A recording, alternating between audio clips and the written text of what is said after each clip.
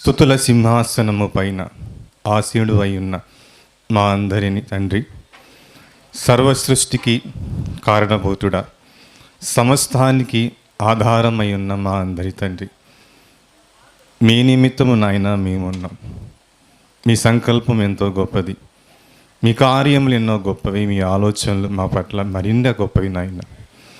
ఇటు కార్యాలను బట్టి ప్రభు అయిన క్రీస్తు నామంలో నాయన కృతజ్ఞతాస్తోత్రాలు చెల్లిస్తూ గడిచిన కాలమంతట్లో నాయన మహిమ కలిగిన మహోన్నతమైన నీ కృపాక్షేమములు మా వెంట ఉన్నవి కనుకనే ఈరోజు ఈ సమయం అందు మేము చేరి ఉన్నాం నాయన. అందును బట్టి క్రీస్తు వారి నామంలో కృతజ్ఞతాస్తోత్రము చెల్లిస్తూ తండ్రి, ఈ లోకంలో ఉన్నవన్నీ కొంతవరకే మమ్మల్ని బ్రతికిస్తాయి, కానీ లేఖనముల యందు నిత్య జీవము కలదని వాటిని గురించి మేము తెలుసుకొని వాటిని పాటిస్తే మరణం తర్వాత కూడా మమ్మల్ని బ్రతికిస్తాని వాక్యం ఆలోచన కలిగి మేమందరము మీ సన్నిధిలో చేరి ఉండగా నాయన, తొలి పలుకులుగా కొన్ని మాటలు నేను చెప్పబోతుండగా నేను కనపడక మీ వాక్యం ఎంత గొప్పదో, మీ ప్రేమ ఎంత గొప్పదో తెలియపరచుట నన్ను మరుగు చేయమని, నాకు పరిశుద్ధాత్మ దేవుని సహాయం మెండుగా అనుగ్రహించమని, విని విడిచిపెట్టగా మీ మాటలను గ్రహించి మా హృదయమందు భద్రపరుచుకొని వాటి ప్రకారం జీవించుటకు సహాయం చేయమని, ముఖ్యంగా మమ్మల్ని అందరినీ మీ చేతులకు అప్పగిస్తూ మా ప్రభువును లోక రక్షకుడైన యేసుక్రీస్తు నామంలో ప్రార్థించి అడుగుచున్నాము తండ్రి. మంచిదండి. మరొకసారి మీ అందరికీ ప్రభు అయిన క్రీస్తు వారి నామంలో వందనాలు తెలుపుకుంటూ, ప్రియులారా, రోజు రోజుకి కాలము సంపూర్ణమవుతుందండి. కాలము సంపూర్ణమయ్యే కొద్దీ మనిషి కూడా కాలాన్ని బట్టి టెక్నాలజీలో ఎంతో ముందుకు వెళుతూ ఉన్నాడు. ఎన్నో విధాలుగా, ఎన్నో రకాలుగా, ఎన్నో విషయాల్లో మనిషి ఆలోచిస్తూ గొప్ప గొప్పవి కనిపెడుతూ గొప్ప గొప్పవి ప్రజలకు చూపిస్తూ ఎన్నో విషయాలు మనకి చూపిస్తూ ఉన్నారు.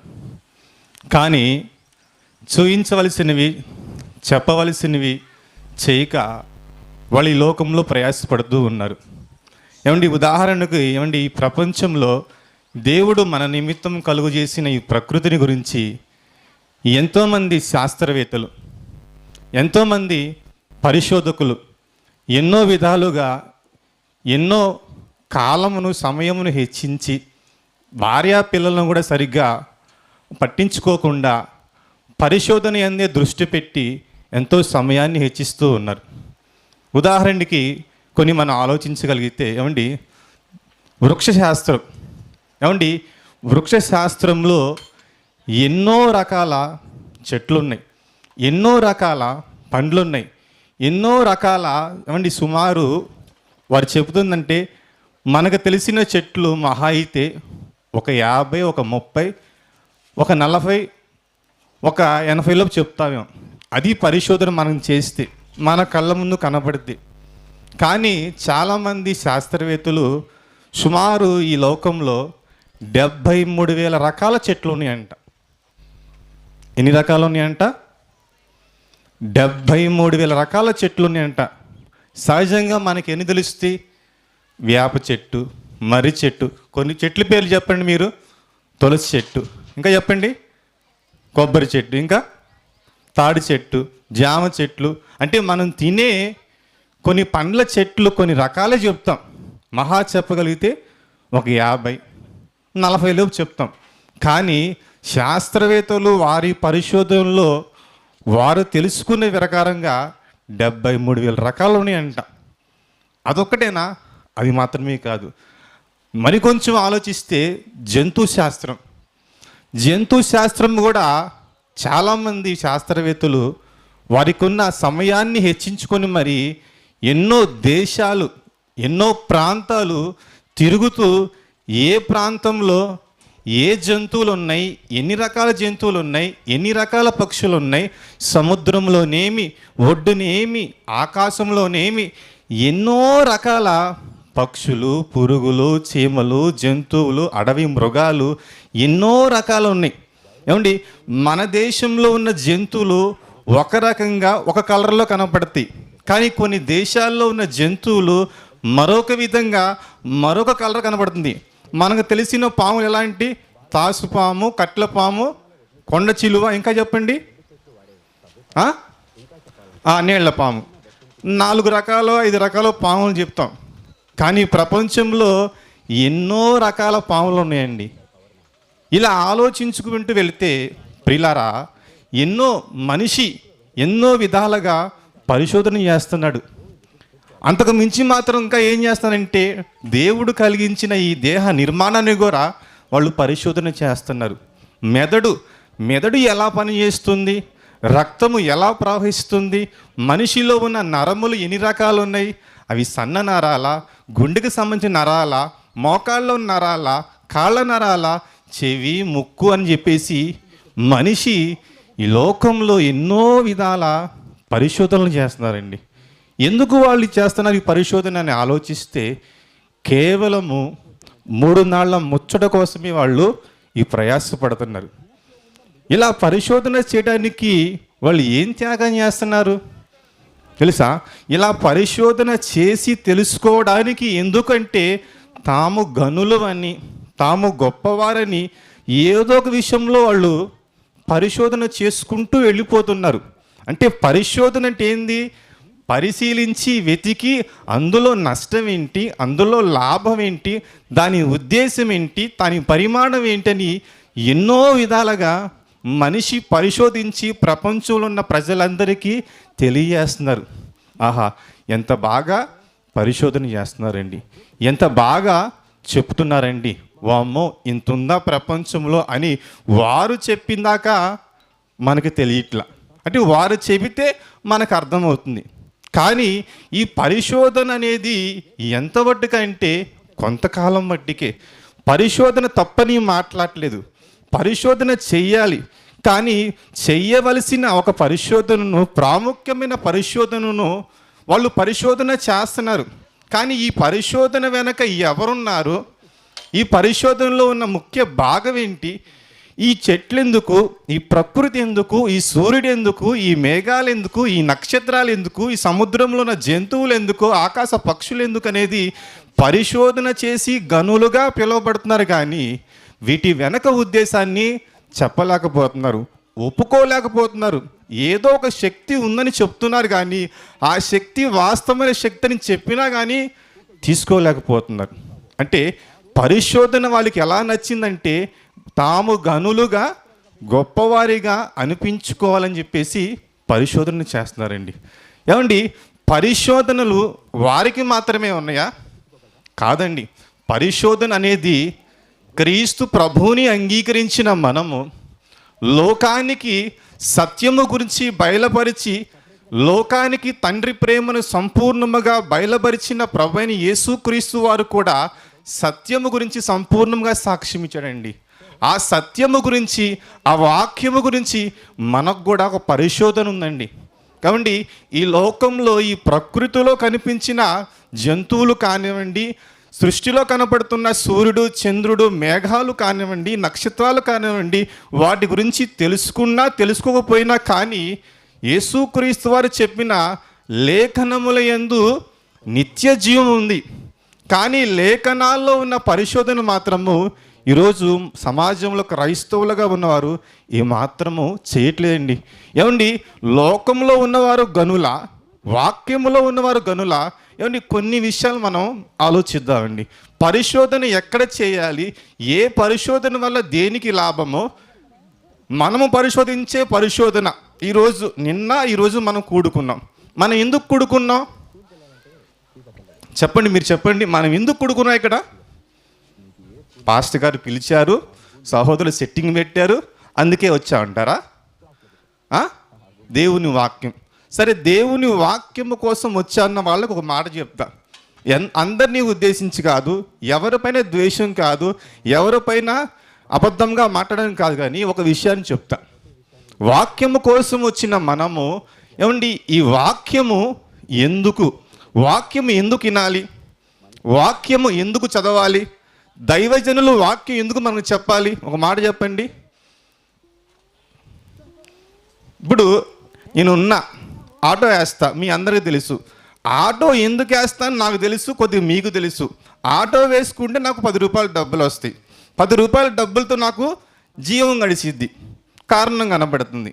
అలాగే దేవుని సన్నిధికి వచ్చిన మనము వాక్యం వింటామని చెప్తాం, కానీ వాక్యం ఎందుకు వినాలి అని అడిగితే చాలామంది సరైన సమాధానం చెప్పరండి. ఏమండి, చాలా సందర్భాల్లో నేను ఆటో ప్రయాణం చేస్తున్నప్పుడు ఆటోలో ఎక్కిన కొంతమంది క్రైస్తవులు ఎక్కుతూ ఉంటారు. వాళ్ళు ఆ మాట ఈ మాట చెప్పుకుంటూ ఉంటారు. అబ్బా, అయ్యగారు బాగా వాక్యం చెప్పాడు ఈరోజు, భలే చెప్పాడు కదా, భలే పాట పాడాడు కదా అని చెప్పుకుంటూ ఉంటారు.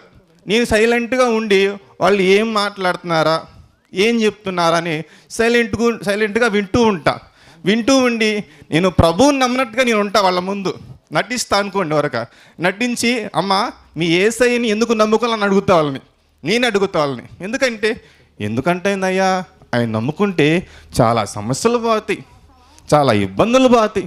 ఒకప్పుడు తింటాను కూడా నాకు తినలేదయ్యా, కానీ యేసు ప్రభువుని నమ్ముకున్నాక నాకు అన్నీ కలిసి వచ్చిందయ్యా. యేసు ప్రభువుని నమ్ముకున్నాక మా ఆయన నన్ను కొట్టట్లేదయ్యా, యేసు ప్రభువుని నమ్ముకున్నాక మా ఆయన నన్ను తిట్టట్లేదయ్యా అని ఇలా ఎవరిని అడిగినా చాలామంది ప్రశ్నిస్తూ వెళ్తా. వాళ్ళపైన ప్రశ్నించాలి, బురద కాదు. వాళ్ళు ఏం చెప్తారు, సత్యం వీళ్ళల్లో ఉందా లేదా, వీళ్ళు నేర్చుకుంటున్న బోధ ఖచ్చితమైందా కాదా అని తెలుసుకుంటూ కొన్ని మాటలను ప్రశ్నిస్తా. కానీ చాలామంది మాకు ఇవిలాగము సమస్యలు పోయినాయి, ఇబ్బందులు పని చెప్పేవాళ్ళు. కానీ అయ్యా యేసుక్రీస్తు వారు దేవుడయ్యా, ఆయన పరలోకాన్ని విడిచిపెట్టి మా కోసం ఈ లోకానికి వచ్చి మా పాపాల శిక్ష భరించి మమ్మల్ని బ్రతికించాడయ్యా, మరణం తర్వాత మాకు బ్రతుకుందయ్యా, మాకు మార్గం చూపించింది ఆయనని చెప్పిన వాళ్ళు చాలా అరుదండి, చాలా అరుదు. ఇలాంటి చాలామంది సమాజంలో చాలామంది ఉన్నారు. వాక్యము తెలియని వారు చాలామంది సమాజంలో ఉన్నారు. తెలియని వారికి ఆ వాక్యము గురించి మనం సత్యము సంపూర్ణముగా వారికి అర్థమయ్యేటట్టు మనం ప్రేమతో చెప్పాలి. అందుకు దేవుని వాక్యము కొరకు, దేవుని యొద్ద కొరకు మనం రావాలి తప్ప, రాకపోతే అయ్యగారు తిడతాడు, రాకపోతే ఫోన్ చేస్తాడు, రాకపోతే ఒప్పుకోడు, మళ్ళీ మాట్లాడుతూ ఉంటారు. అలా మాట్లాడినా కానీ తిడతన్నారు అనుకుంటాను. తిట్టే వ్యక్తి కాదు, సరిచేసే వ్యక్తిని అర్థం చేసుకోవాలి. వాక్యం ఎందుకు పరిశోధన చేయాలంటే, ఏమంటే వాక్యము గురించి కూడా చాలామంది పరిశోధన చేస్తున్నారు. ఒక వాక్యాన్ని మనం ఆలోచిద్దాం. అపోస్తుల కార్యములో 17వ అధ్యాయము 20వ వచనం అండి. పౌలు గారు యేసుక్రీస్తు ప్రభువు వారిని నమ్మి బాప్తీసం పొందిన తర్వాత ఆయనకు అర్థమైపోయింది పూర్తిగా, ఈయన నామమందే సంపూర్ణమైన పాప క్షమాపణ కలిగింది. ఏ విధము చేతనైనను ఎలాగని సరేను నేను ఈయన గురించి ఖచ్చితంగా నేను ప్రకటించాలి, ఖచ్చితంగా సంపూర్ణంగా ఈయన గురించి నేను బయలుపరచాలి అనే ఆలోచన ఉద్దేశంతో బాప్తీసం పొందిన ఆయన, అననీయ దగ్గర ప్రార్థన పొందుకున్న ఆయన అక్కడి నుంచి తన ప్రయాణాన్ని మొదలు పెడతాడండి. అలుపు గురించి ఆలోచించడు. ఎనీ టైం, ఎనీ సమయంలో ఎక్కడ ఎవరు దొరుకుతారా వాళ్ళతో మాట కలిపి ప్రభువుని గురించి సంపూర్ణంగా ప్రకటిస్తాడండి. అలా ప్రకటిస్తూ ఉంటే ఒక ప్రాంతానికి వస్తాడు. ఆ ప్రాంతం బెరయా ప్రాంతం. 17వ అధ్యాయము 10వ వచనం అండి. వెంటనే సహోదరులు రాత్రివేళ పౌలును సీలను బెరయాకు పంపించిరి. వారు వచ్చి యూదుల సమాజ మందిరంలో ప్రవేశించి, వీరు దెస్సలోనికలో ఉన్న వారికంటే గనులయ్యుండిరి గనుక ఆసక్తితో వాక్యము అంగీకరించి పౌలును సీలయు చెప్పిన సంగతులు అలాగున్నవో లేవో అని ప్రతిదినము లేఖనాలన్నీ పరిశోధన చేస్తారంటండి. ఎందుకు లేఖనాలను పరిశోధన చేయాలి? చక్కగా ప్రతి మనిషి దగ్గర బైబిల్ గ్రంథం ఉంది కదా, చదువుకోవచ్చుగా ఇంట్లో కూర్చొని. లేఖనములు ఎందుకు పరిశోధన చేయాలి? ఏమండి, లేఖనములు ఎందు పరిశోధన చేస్తూ తెస్సలోనికలో ఉన్న సంఘము కంటే, అంటే వాళ్ళు గనులే, తెస్సలోనిక సంఘంలో ఉన్న ప్రాంత సహోదరులు సంఘస్థులు వాళ్ళు వాక్యము పట్ల ఆసక్తి కలిగిన గనులే. అయితే వీళ్ళంట వారిని మించిన గనులంట. ఎందుకు? పౌలు గారు వచ్చి వాక్యం చెబుతుంటే పౌలు గారు చెప్పిన సంగతులు అలాగున్నవో లేవో అని ప్రతిదినం అంట పరిశీలన చేస్తున్నారంట. ఎందుకు పరిశీలన చేస్తున్నారు చెప్పండి? పరిశీలన ఎందుకు చేయాలి?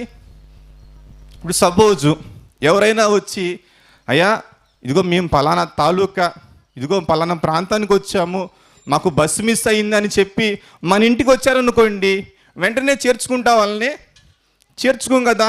మీరు ఎవరు, ఎందుకు వచ్చారు, మీ వంశం ఏంటి, మీ ఇంటి పేరేంది, మీది ఏ ఊరు, ఎక్కడ, అన్నీ విచారించి మళ్ళీ డౌట్, వీడు మంచివాడా దొంగోడా, వీడు చెడ్డాడా, లేకపోతే మా ఇంటికి దొంగగా వచ్చాడని చెప్పేసి ఏం చేస్తూ ఉంటారు?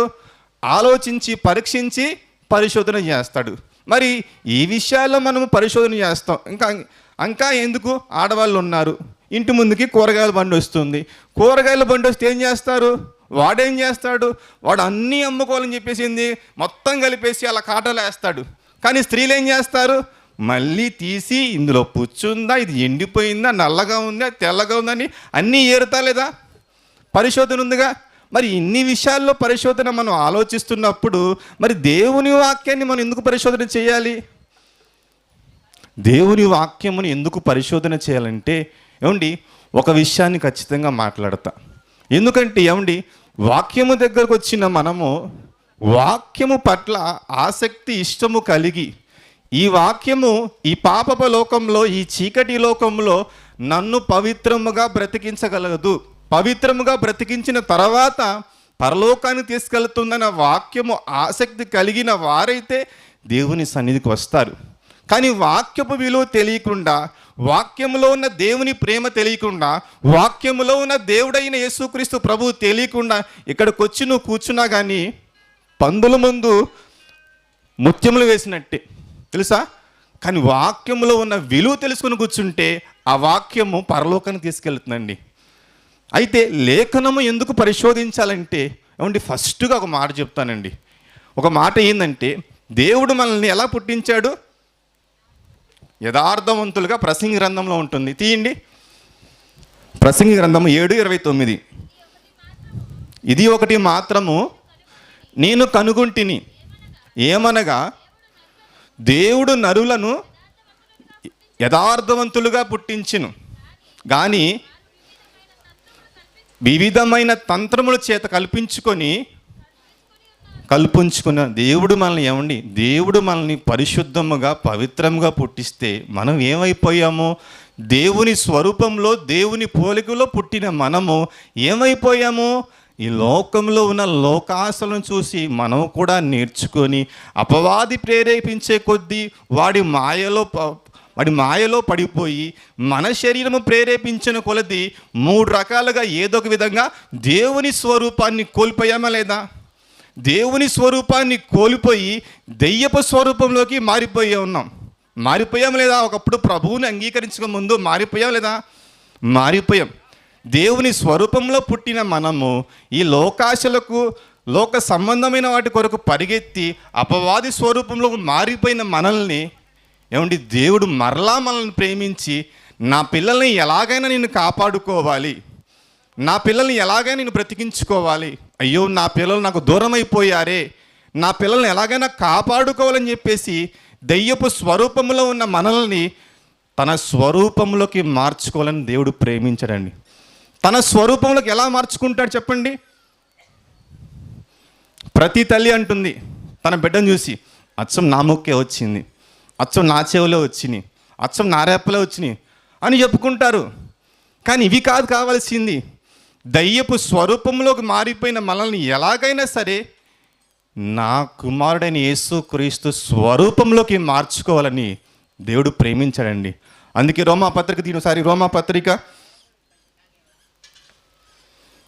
రోమాపత్రిక 8వ అధ్యాయము 29వ వచనం.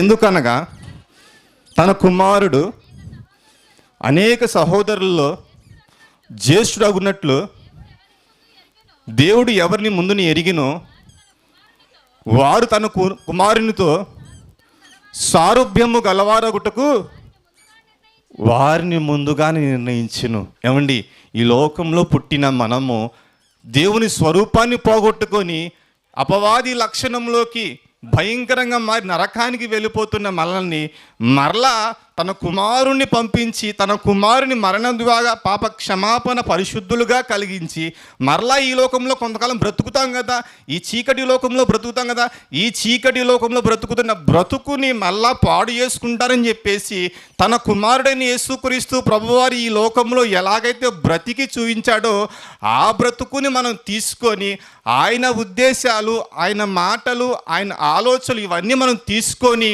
ఆయన స్వరూపంలోకి మారాలని చెప్పేసి తండ్రి ఎప్పుడో నిర్ణయించాడండి. మరి ఆయన స్వరూపంలోకి మారాలంటే ఇదిగోండి ఈ బైబిల్ గ్రంథంలో భక్తులు దేవుని కొరకు బ్రతికి పరిశుద్ధాత్మ సహాయంతో రాయించిన ఎన్నో గూఢమైన సంగతులు, ఎన్నో లోతైన మాటలు, ఎన్నో జీవ సంబంధమైన మాటలు చాలా ఉన్నాయి. ఈ మాటలన్నీ మనం తెలుసుకోవాలని తెలుసుకున్న మనము ఆ వాక్య ప్రకారం రోజు ఒక్కొక్కటి పాటిస్తుంటే ఏమైపోతాం? సంపూర్ణంగా మారిపోతుంటాం. క్రీస్తు వారి స్వరూపంలోకి మారిపోతూ ఉంటాం. ఏమండి, ఇంత శ్రేష్టమైన సజీవమైన వాక్యము మనల్ని క్రీస్తు స్వరూపంలోకి మారుస్తూ ఉంటుంటే మనమేమంటాం? లేదు పాస్టర్ గారు ఈరోజు కుదరదండి, పని ఉందయ్యా, పని చేసుకోకపోతే ఎట్టాగయ్యా, పొట్ట గడవద్దయ్యా, పిల్లలు ఉన్నారయ్యా, మరి సంసారం చేసుకోలేదా అని ఎన్నో మాటలు చెప్పుకుంటూ ఉంటాం. మనమే చెప్తాం, నేనే చెప్తా కొన్ని సందర్భాల్లో. ఏంటయ్యా వెంకటు రాలేదు, వెనకడిగేసి అవింది, పోయిందిగా, ఈ నాళ్ళు కాపాడుకుంది పోయిందిగా అంటాడు. పోయింది, మరి ఏం చేస్తావు? పోయింది. మరి పోయిందని మరలా కాపాడుకోవాలంటే తిరిగి మరలా ప్రయత్నించాలి, పరిగెత్తాలి, పోరాటం చేయాలి. చూడండి ఇన్ని విషయాలు చూడండి. అంటే వాక్యము ఏం చేస్తుంది? మనల్ని సంపూర్ణముగా క్రీస్తు స్వరూపంలోకి మారుస్తుంది. ఒక విషయం అర్థమైందిగా. మరొక విషయం చెప్తాను మీకు. మరొక విషయం ఏంటంటే, ఏమండి సమాజంలో ఈరోజు చాలా సమాజంలో గమనించండి, అంతటా వాక్యము సంపూర్ణంగా అందించబడుతుంది. అంతటా వాక్యం సంపూర్ణంగా అందించబడుతున్నప్పుడు అన్ని వాక్యాలు రైటా? అమ్మ కింద కూర్చున్న స్త్రీలు పలకరా మీరేమి? సమాజంలో ప్రకటించబడుతున్న వాక్యము అన్ని వాక్యాలు రైటా? కాదండి. నిన్న విన్నారుగా ఏమని? అబద్ధ బోధకులు, అబద్ధ ప్రవక్తలు అప్పుడే ఉన్నారంట. అబద్ధ బోధకులు వచ్చేదరని విన్నాం. అంటే వచ్చేశారు. ఎందుకు వచ్చేశారు? పని చేయడం చేతగాక పరిశుద్ధ గ్రంథాన్ని చేత పట్టుకొని ఏం పర్వాలేదమ్మా, అన్నిటికీ దేవుడు ఉన్నాడు అని చెప్తూ వాడు ఎలా బ్రతికినా సరే, వాడు పాపంలో బ్రతికినా, వ్యభిచారంలో బ్రతికినా, దొంగగా బ్రతికినా, ఎలా బ్రతికినా సరే ఏం పర్లేదయ్యా, నేను ప్రార్థన చేస్తాను, నువ్వు టెన్షన్ పడొద్దు, కంగారు పడొద్దు అని చెప్పేసింది. ఇదిగో నువ్వు దేవునికి ఇచ్చేస్తే చాలు, నేను ప్రార్థన చేస్తా, నువ్వు మారుతా ఉంటారు. అంటే ఏంది? కేవలము ఒక వ్యక్తిని వాక్యముతో నువ్వు అలా ఉన్నావు, కరెక్ట్ కాదు, నరకానికి వెళ్ళిపోతావు, ప్రమాదం ఉంది, నీకు డేంజర్ జోన్లో ఉన్నావు, కరెక్ట్ కాదు, నువ్వు వాక్యం తీసి వెంటనే వాక్యం చెప్పి ఆత్మరక్షించే ఉద్దేశం ఈరోజు అందరి సేవకుల్లో లేదు, కొందరిలోనే ఉంది. ఎందుకు? వాళ్ళకి అర్థం ఏంటంటే అపవాది వాళ్ళకి గురుడితనం కలుగేసింది. ఎందుకు?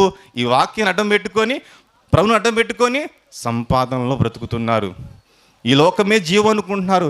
ఇలా చాలా సందర్భంలో, చాలా ప్రాంతాల్లో చాలా సేవకులు ఏమండి ఇలా దేవుని వాక్యాన్ని అడ్డం పెట్టుకొని అబద్ధముగా బోధిస్తున్నారండి. ఇలాంటి వారి చేతుల్లోంచి మనం తప్పించుకోవాలంటే ఏముండాలి? మన దగ్గర వాక్యం అనే ఆయుధం ఉండాలి. వాక్యం అనే సత్యమైన వాక్యము మనం పరిశోధనలో తెలుసుకోవాలి. తెలుసుకొని ఎవడు సత్యమైన బోధకుడు, ఎవరు అబద్ధీకుడు తెలుసుకొని మనం తప్పించుకోవాలంటే లేఖనముల యందు మనం ధ్యానం చేయాలి. అందుకే మనం ఈ సెమినార్ని ఏర్పాటు చేసుకున్నాం. లేఖనంలో ఉన్న సత్యం మనం తెలుసుకుంటే మనము లోకంలో ఏది అసత్యమో ఏది సత్యమో తెలుసుకొని అసత్యాన్ని మనం తృణీకరించి సత్యాన్ని తీసుకొని ముందుకు వెళ్ళి సంపూర్ణముగా ముందుకు వెళ్ళే అవకాశం కనబడుతుంది. రెండో విషయం అయిపోయింది. మూడో విషయం చెప్తా, సమయం అయిపోవచ్చింది. మూడో విషయము ఏమండి, అది కూడా వాక్యమే. వాక్యం తెలుసుకోవాలి. ఎందుకు తెలుసుకోవాలి? మనం బ్రతుకుతుంది ఈ పాపపు లోకంలో.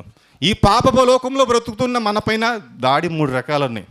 ఒకటి, సాతానుగాడు దాడి చేస్తాడు.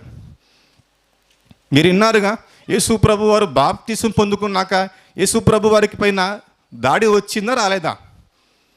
చెప్పండి. ఎవరు వచ్చారు అక్కడికి? అపవాదిగాడు వచ్చి యేసు ప్రభు వారినే మార్చాలనుకున్నాడు. అంటే ఏం చేశాడు?